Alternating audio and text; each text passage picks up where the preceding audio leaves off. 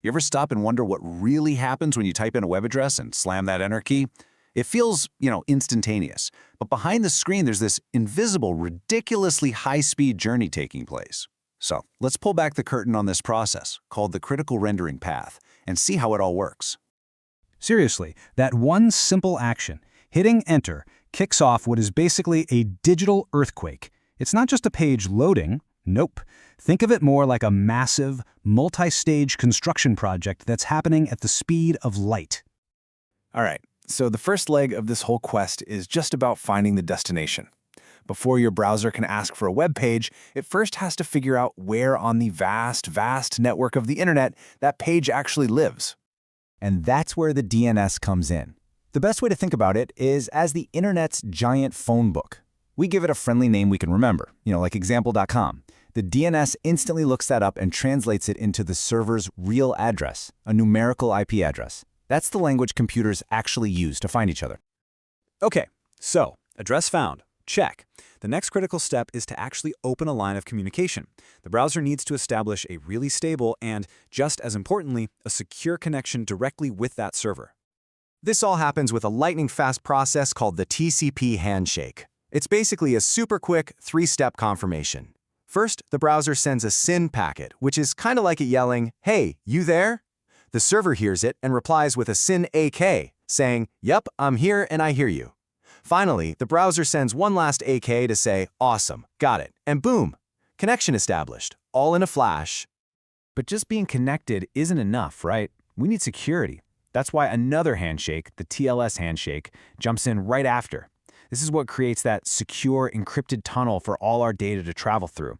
This little dance is what gives you the padlock icon in your address bar and the S in HTTPS. So the line is secure. The browser sends its official request for the web page's HTML. And the very instant the server responds and that first tiny piece of data, the first byte, arrives back, that's what we call the time to first byte. You can think of it as the starting pistol firing for the race to actually build the page.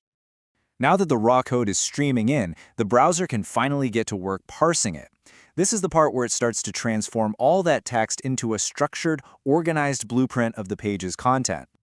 So how does it do this?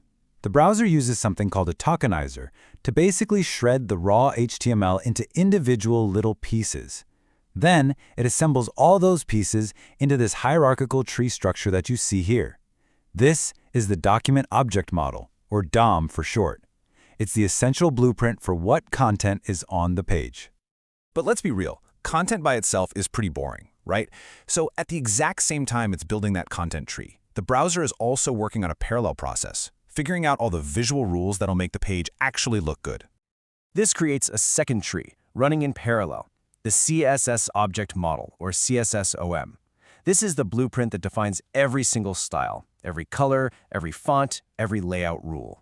These styles then cascade down, which just means child elements inherit the styles from their parents. It creates a complete set of visual instructions for everything. So it is absolutely crucial to understand this parallelism. We have two separate blueprints being built at the same time. On one side, you've got the DOM. That's just the raw structure. On the other, the CSSO, which holds all the visual rules. The browser needs both of these to be fully built before it can move on to the next step.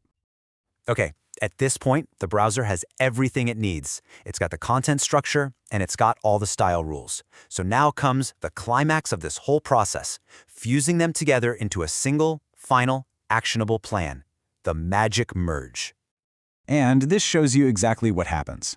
The green DOM tree and the blue CSS home tree are merged to create the render tree, shown here in purple. This is the master blueprint. And the key thing here is that it contains only the elements that will actually be visible on the screen, along with all their final calculated styles. Now, this whole thing is a really key optimization step. The browser doesn't want to waste time or energy on things it won't have to show you. So what exactly gets cut during this merge? Well, anything that isn't going to be visible is ruthlessly dropped. We're talking about things like the head tag, for example, or any element that has been styled with display none. They are completely omitted from the render tree. This makes that final blueprint way more efficient for the browser to work with. So let's just do a quick recap of this incredible journey. It all starts with a DNS lookup to find the address. Then, it establishes a secure connection using the TCP and TLS handshakes. Next, it builds the DOM for the content and the CSSOM for the style. And finally, it merges them both into the super efficient render tree. And all of this happens in milliseconds. It's just wild.